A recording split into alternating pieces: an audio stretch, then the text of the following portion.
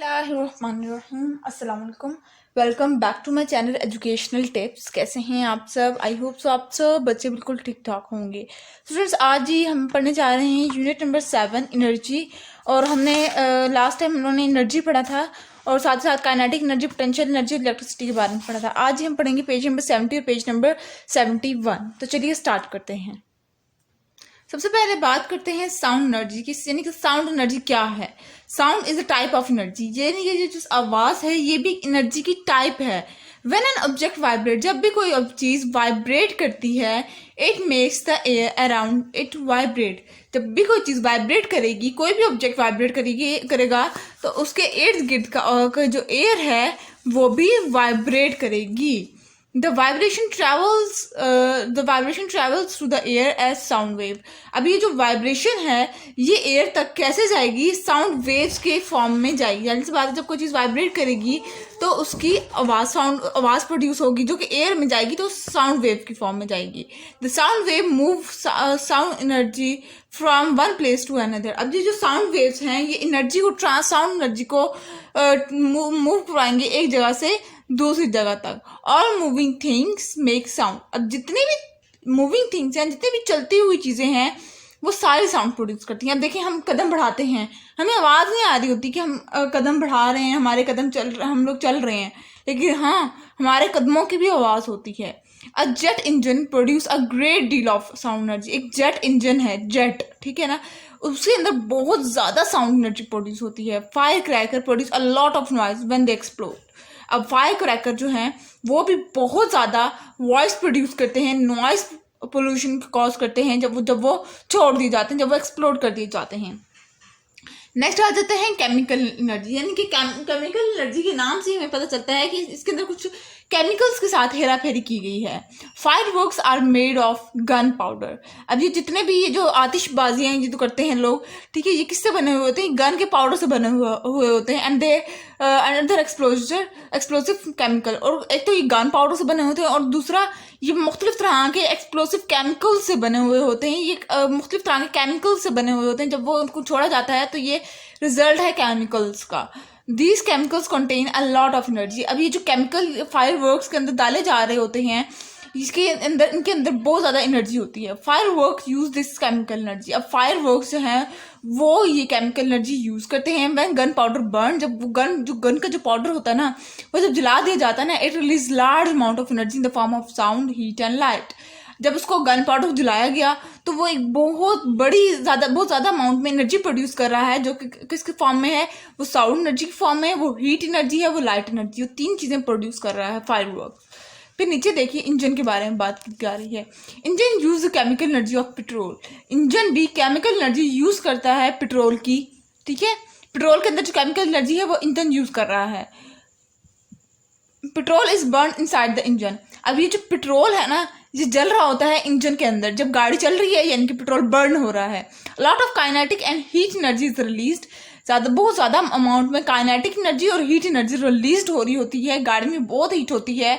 आप देखिए ना, जब आप गाड़ी रुकती है ना, यानी कि गाड़ी को आप बंद करें, ठीक है, काफ़ी ट्रैवल करें, 1-2 किलोमीटर ट्रैवल करके जाएं, ठीक है, तो या फिर आप 5 मिनट भी करेंगे ना तो उसका इंजन, आपको उसके ऊपर हाथ रखेंगे ना, इंजन के ऊपर, यानी कि यूं नहीं, वो जो उसका इंजन के ऊपर जो कवर डाला हुआ होता है उसके ऊपर यूं करके हाथ रखेंगे तो आपको हीट महसूस होगी।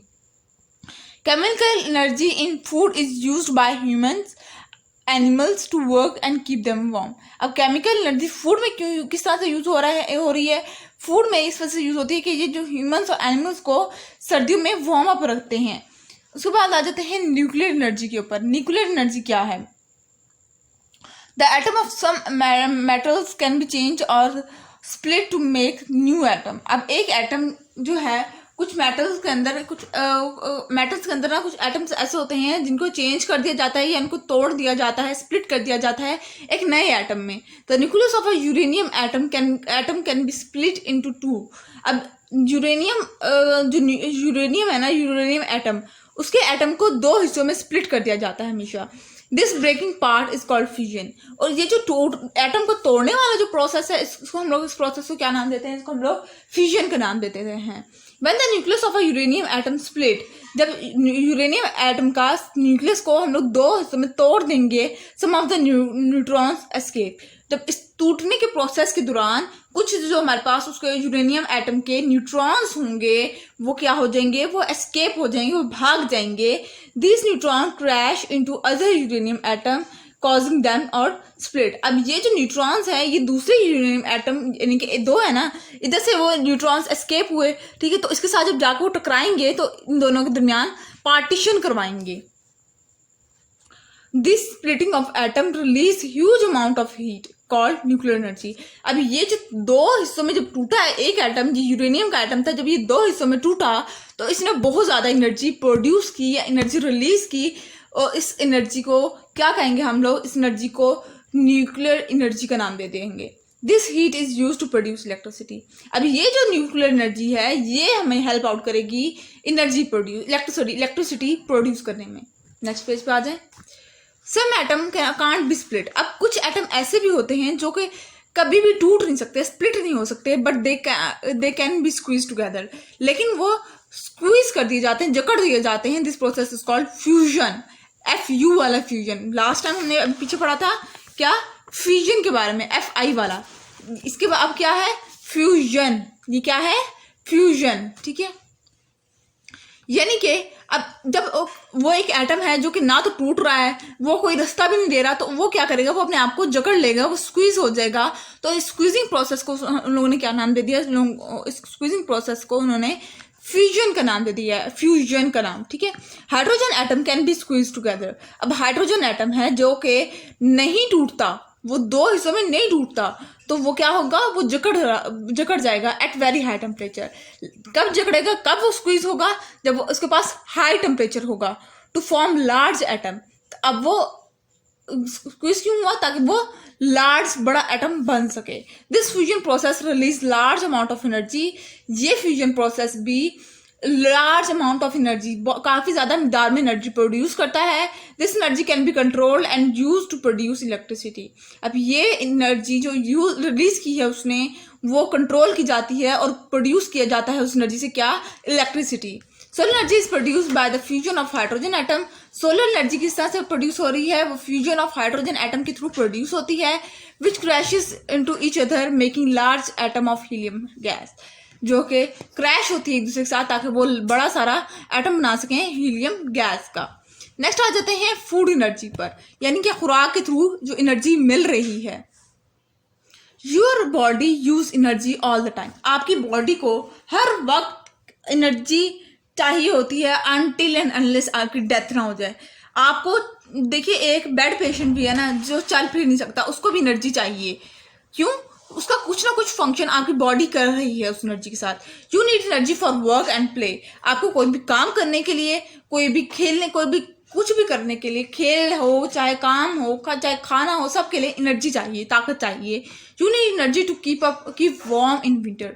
आपको एनर्जी तब भी चाहिए ताकि जब सर्दियां होती हैं तो आप अपनी बॉडी को हीटअप करते हैं, तब भी आपको अपने आप को एनर्जी चाहिए होती है. You even use energy when you are sleep. आपकी एनर्जी तब भी यूटिलाइज हो रही होती है जब आप सो रहे होते हैं. अब इतनी जगहों पर या इतनी माइन्यूट सी चीज़ के लिए भी हमें एनर्जी चाहिए, तो ये एनर्जी आ कहाँ से रही है हमारी बॉडी में. The energy for your body comes from the food you eat. आपकी एनर्जी जो आप यूटिलाइज कर रहे हैं, इस एनर्जी को कहाँ से आई, जो हम लोग खा रहे हैं उधर से हम लोगों को एनर्जी आती है. और ये बात भी हम काफ़ी ज़्यादा सुनते हैं कि ज़्यादातर वेजिटेबल्स खाने चाहिए, मीट कम खाना चाहिए. क्यों, क्योंकि वेजिटेबल्स के अंदर ज़्यादा अमाउंट में एनर्जी स्टोर है. Food contain chemical energy. Food के अंदर जितनी भी खुराक है हमारी, उसके अंदर क्या मौजूद है, उसके अंदर केमिकल एनर्जी मौजूद है. Some food like lettuce and tomatoes contain less energy. अब कुछ खुराक ऐसी हैं जिनके अंदर कम मिकदार में एनर्जी पाई जाती है, जिस तरह से बंद गोभी का फूल है या टमाटर हैं, इनके अंदर थोड़ी मिकदार में एनर्जी मौजूद होती है. फिर bananas, white rice, egg, meat and butter contain a lot of energy. क्या, केले, चावल, अंडे, गोश्त, बटर, ठीक है, इनके अंदर क्या होता है, ज़्यादा मिकदार में एनर्जी प्रोड्यूस होती है। Energy from food is released only after it has been broken down और digested in the body. Energy जो खुराक के अंदर, हमारी जो खुराक है उसके अंदर जो एनर्जी है ना, वो तब ही हम लोग यूटिलाइज कर सकते हैं जब वो अपना प्रोसेस, जो फूड का जो प्रोसेस है एनर्जी निकालने का, वो कंप्लीट हो गया हो। या तो जिस तरह से अगर डाइजेशन का प्रोसेस कंप्लीट हो गया तो यानी कि एनर्जी हमारे पास आ गई है। Fats and carbohydrate produce heat energy from the body. अब फैट्स और कार्बोहाइड्रेट्स ये दो ऐसी चीज़ें हैं जो कि हीट एनर्जी प्रोड्यूस करती हैं हमारी बॉडी के अंदर। Protein also produce energy for muscles growth and repair. अब प्रोटीन्स क्या करते हैं, वो एनर्जी प्रोड्यूस करते हैं जो कि, और ऐसी एनर्जी प्रोड्यूस कर रहा है प्रोटीन जो कि हमारे मसल्स की ग्रोथ में और हमारे जितने भी हमारे जिस्म के साथ टूट फूट होती रहती है, जितने भी चोट वगैरह लगती रहती है, इनके अंदर यूज़ करती है। अब अगर देखिए ना, अगर आपके पास प्रोटीन्स नहीं है, आपके पास लैक ऑफ प्रोटीन्स नहीं है, आपके पास कमी है प्रोटीन्स की आपकी बॉडी के अंदर, ठीक है, तो क्या होगा, आपकी जो हीलिंग प्रोसेस है वो आहिस्ता शुरू हो जाएगा। यानी कि आपको चोट लगी है, आपने देखा होगा ना, हमें कहीं पे भी चोट लगती है तो आधे मिनिमम या मैक्सिमम कह दूँ, हम मिनिमम आधे घंटे में उसके अंदर छोटी सी पतली सी खाल आ जाती है ब्राउन कलर की, ठीक है। बहुत एक तो होती है ना, बाद में आती है मोटी सी कलर की खाल, पहले जो पतली सी आ जाती है जो कि एकदम ब्लडी सी होती है ना, ठीक है। तो यानी कि उसका रंग कलेजी के टाइप का होता है, जैसे कलेजी होती है ना, उस तरह की छोटी सी पतली सी खाल आ जाती है। तो वो क्यों आ रही है, वो प्रोटीन की वजह से आ रही है, क्योंकि हमारे पास इतनी मकदार में प्रोटीन है कि उसने जल्द से हीलिंग प्रोसेस किया है। इसी तरह से छोटे बच्चों को कहते हैं कि उनको ग्रोथ के लिए उनको ज़्यादा खाना अच्छा ज़रूरी है, उनको मिल्क पीना ज़रूरी है। क्यों? क्योंकि ताकि उनकी बॉडी स्ट्रांग हो सके। तो यहाँ तक करते हैं आज का lecture and. I hope so आपको समझ आ गया होगा। अगर आज का लेक्चर आप लोगों को समझ आ गया है तो मेरे चैनल को सब्सक्राइब कर दीजिएगा, वीडियोस को लाइक कर दीजिएगा और साथ ही साथ बेल आइकन को प्रेस करना मत भूलिएगा। इससे मेरी आने वाली हर लेटेस्ट अपडेट सबसे पहले आप तक पहुंचेगी। मिलती हूँ किसी और वीडियो में। दुआओं में याद रखिएगा, अपना ढेर सारा ख्याल रखिएगा। अल्लाह हाफिज।